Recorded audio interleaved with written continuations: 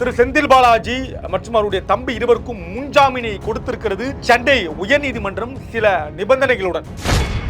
சென்னை உயர்நீதிமன்றத்தில் பரபரப்பான வாதங்களை முன்வைத்த திமுகவுடைய வழக்கறிஞர் முதலமைச்சர் திரு ஜோசப் விஜய் அவர்கள் கரூர் செல்ல இருக்கிற அதே நாளில் திரு செந்தில் பாலாஜி அவர்கள் சிறையில் இருக்க வேண்டும் என்று ஒரு அரசியல் பழிவாங்க நடவடிக்கையாக இது முன்னெடுக்கப்பட்டதா என்கிற பேச்சும் சமூக வலைத்தளங்களில் பேச தொடங்கி இருக்கிறார்கள். பார்க்கலாம் இந்த காணொளி. தமிழ்நாட்டுல எல்லாமே சேஞ்ச் ஆயிடுச்சு. உங்க நகையையும் சேஞ்ச் பண்ணுங்க. உங்க பழைய நகைக்கு கிராமுக்கு 150 ரூபாய் கூடுதலா வாங்கி புது நகை எடுத்துக்கோங்க. அதே கம்மி சேதாரம் தான் உங்க லலிதால மட்டும்தான். ஆச்சி மசாலா எந்த சமையலும் ருசி தேடும் ரகசியம் 20 ரூபாய். திமுகவுடைய சட்டமன்ற உறுப்பினரான திரு செந்தில் பாலாஜிக்கு முன்ஜாமீனை கொடுத்திருக்கிறது சென்னை உயர்நீதிமன்றம். அவருடைய தம்பிக்கும் முன்ஜாமீனை கொடுத்திருக்கிறது. எதன் அடிப்படையில் இந்த முன்ஜாமீனை கொடுத்திருக்கிறது அப்படின்னு நம்ம தொடர்ந்து செய்திகள் வந்து கொண்டிருக்கிறது. அதில் மிக முக்கியமாக தற்போது இந்த குதிரை பேரம் வழக்கு நடந்து கொண்டிருக்கிறது இல்லையா? தற்போது என்ன நடந்து கொண்டிருக்கிறதுனா, தாவேகா ஆட்சியை கவிழ்ப்பதற்கு ஒரு சதி நடந்து கொண்டிருக்கிறது. ஏனால் தாவேகா ஆட்சி என்பது ஒரு மெஜாரிட்டி ஆட்சியாக இல்லாத நிலை. தாவேகா ஆட்சி ஒரு மைனாரிட்டி ஆட்சியாக இருக்கிறது. தாவேகா ஆட்சி மைனாரிட்டி ஆட்சியாக இருக்கிறது. எனவே இந்த ஆட்சிக்கு ஒரு நிலையான தன்மை கிடையாது. இதை பயன்படுத்தி இந்த ஆட்சியை கவிழ்த்து விடலாம் என்று திமுக ஒரு சதி வேலையில் ஈடுபட்டிருப்பதாக அடுக்கடுக்கான குற்றச்சாட்டுகளை தாவேகா தரப்பிலிருந்து வைத்திருக்கிறார்கள். குறிப்பாக இந்த எம்எல்ஏ, இந்த ஊத்தங்கரை எம்எல்ஏ, தாவேகாவுடைய எம்எல்ஏ இளையராஜா அவர்கள் தன்னிடம் 35 கோடி ரூபாய் வரைக்கும், எவ்வளவு 35 கோடி ரூபாய் வரைக்கும் பேரம் பேசப்பட்டது. என்ன பேரம் பேசப்பட்டது? தாங்கள் தாவேகா ஆட்சிக்கு ஆதரவு தரக்கூடாது, நீங்கள் தாவேகாவுடைய எம்எல்ஏவாக இருந்தாலும் கூட திமுகவுக்கு ஆதரவாக செயல்பட வேண்டும், அதாவது திமுகவுக்கு நீங்க வந்துவிட வேண்டும், திமுகவுக்கு வந்துவிட வேண்டும் என்பது எப்படின்னா, குறிப்பாக சபாநாயகருக்கு எதிராக நீங்கள் நம்பிக்கையில்லா தீர்மானம் கொண்டு வருகிற பொழுது நம்பிக்கையில்லா தீர்மானத்திற்கு ஆதரவாக வாக்களிக்க வேண்டும், அதற்கு எதிராக வாக்களிக்க கூடாது.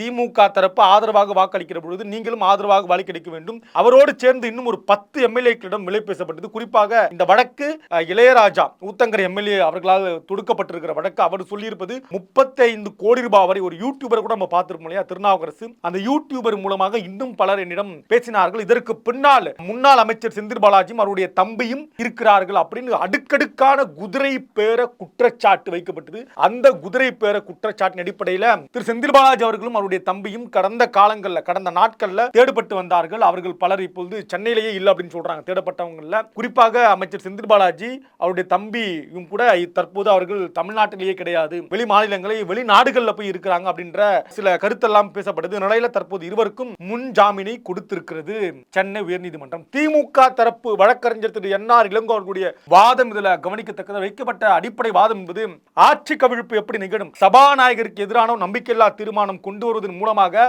சபாநாயகர் மாற்றப்படலாம். இதுல எங்க ஆட்சி கவிழ்ப்பு இருக்கிறது என்கிற ஒரு கேள்வி எழுப்பியிருந்தார். கூடுதலாக தற்போது திமுகவிடம் இருப்பது 59, 60 சட்டமன்ற உறுப்பினர்கள் தான் இருக்கிறார்கள் திமுக ஆதரவோடு சேர்த்து. இந்த நிலையில ஆட்சி அமைப்பதற்கு 118, 19 எம்எல்ஏக்கள் தேவை.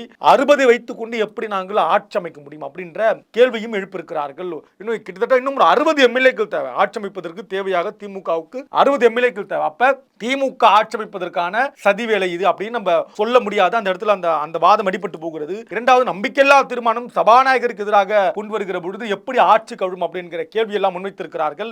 கிட்டத்தட்ட ஒரு பரபரப்பான ஒரு நீதிமன்றமாக இன்றைக்கு மாறி இருக்கிறது. தொடர்ந்து பல வாதங்களை முன்வைத்து தற்போது ஜாமீனை பெற்று கொடுத்திருக்கிறார். இந்த நிலையில் தான் தற்போது முன்ஜாமீன் கொடுக்கப்பட்டிருக்கிறது. இந்த நிபந்தனை என்ன அப்படின்னா, திருவல்லிக்கேணி காவல் நிலையத்தில் இருவரும் காலையும் மாலையும் செந்தில் பாலாஜியும் அவருடைய தம்பியும் கையெழுத்து போட வேண்டும். கிட்டத்தட்ட ஒரு திமுகவுக்கு ஒரு வெற்றியாக பார்க்கப்படுகிறது. நேற்று தினம் திமுகவுக்கு சென்னை உச்சநீதிமன்றம் சென்றிருந்தார்கள். அங்க ஒரு வழக்கு இப்படிதான் தொடுக்கப்பட்டு திமுகவுக்கு பின்னடைவாக பார்க்கப்பட்ட நிலையில தற்போது இது திமுகவுக்கு ஒரு வெற்றியாக பார்க்கப்படுகிறது அப்படின்னு நம்ம சொல்லலாம். இந்த நிலையில் தான் 35 கோடி ரூபாய் குதிரை பேரம் வழக்கு சூடுபிடித்திருக்கிறது. இருவருக்கும் முன்ஜாமீன் கொடுக்கப்பட்டிருக்கிறது. அரசியல் நோக்கர்கள் இதை என்ன சொல்றாங்க அப்படின்னா, திரு விஜய் அவர்கள், ஜோசப் விஜய், முதலமைச்சர் திரு விஜய் அவர்கள் கரூர் செல்ல இருக்கார் இல்லையா, அவர் கரூர் செல்ல இருக்கிற அந்த நாள்ல செந்தில் பாலாஜி அவர்கள் கரூர்ல இருக்கக்கூடாது, அவர் சிறையில் இருக்கணும் அப்படின்னு ஒரு அரசியல் பழிவாங்கல் நடவடிக்கையாக இது முன்னெடுத்தார்கள். செந்தில் பாலாஜி அவர்கள், திரு விஜய் அவர்கள் கரூருக்கு போகிற போது, முதலமைச்சர் போகிற பொழுது செந்தில் பாலாஜியுடைய கோட்டைன்னு கரூர் சொல்லப்படுது இல்லையா, அந்த கோட்டையில செந்தில் பாலாஜி இருக்கக்கூடாது, செந்தில் பாலாஜி பாலாஜியோட தம்பி சிறையில இருக்கணும் அப்படின்ற ஒரு அரசியல் பழிவாங்கல் நோக்கல்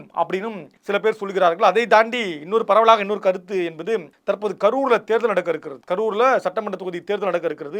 இந்த இடைத்தேர்தல் காலகட்டத்தில் செந்தில் பாலாஜி அங்கு வேலை செய்யக்கூடாது. செந்தில் பாலாஜியுடைய தேர்தல் வேலை பற்றி எல்லோருக்கும் தெரியும். இந்த நிலையில அவர் அந்த தேர்தல் களத்தில் நிற்கக்கூடாது, தேர்தலில் வேலை செய்யக்கூடாது என்பதற்காக அவரை கைது செய்வதற்கான நடவடிக்கையும் இது எடுக்கப்பட்டிருக்கலாம் அப்படின்னும் சில அரசியல் கருத்துக்கள் எல்லாம் பகிரப்படுகிறது, சமூக வலைத்தளங்களில் பேசப்படுகிறது. ஒரு வழியாக இன்றைக்கு முன்ஜாமீன் கிடைக்கப்பட்டிருக்கிறது. திமுக தரப்புக்கு இது ஒரு ஆறுதலான வெற்றியாக பார்க்கலாம் அப்படின்னும் சொல்லப்படுகிறது. நன்றி, வணக்கம். தொடர்ந்து கிங் செய்திகளை உங்களுக்கு வழங்குவோர் அதிக மசாலா, அதிக சுவை ஆச்சி மசாலா. உங்களுடைய பழைய நகைகளை மாற்றி எக்ஸ்சேஞ்சில் புதிய நகைகளுக்கு கூடுதல் விலை பெற லலிதா ஜுவல்லரி. இணைந்திருங்கள் கிங் 360 உடன். தமிழ்நாட்டுல எல்லாமே சேஞ்ச் ஆயிடுச்சு. உங்க நகையையும் சேஞ்ச் பண்ணுங்க. உங்க பழைய நகைக்கு கிராமுக்கு 150 ரூபாய் கூடுதலா வாங்கி புது நகை எடுத்துக்கோங்க. அதே கம்மி சேதாரம் தான் உங்க லலிதால மட்டும்தான். எந்த சமையலும் ருசி தேடும் ரகசியம் 20 ரூபாய்.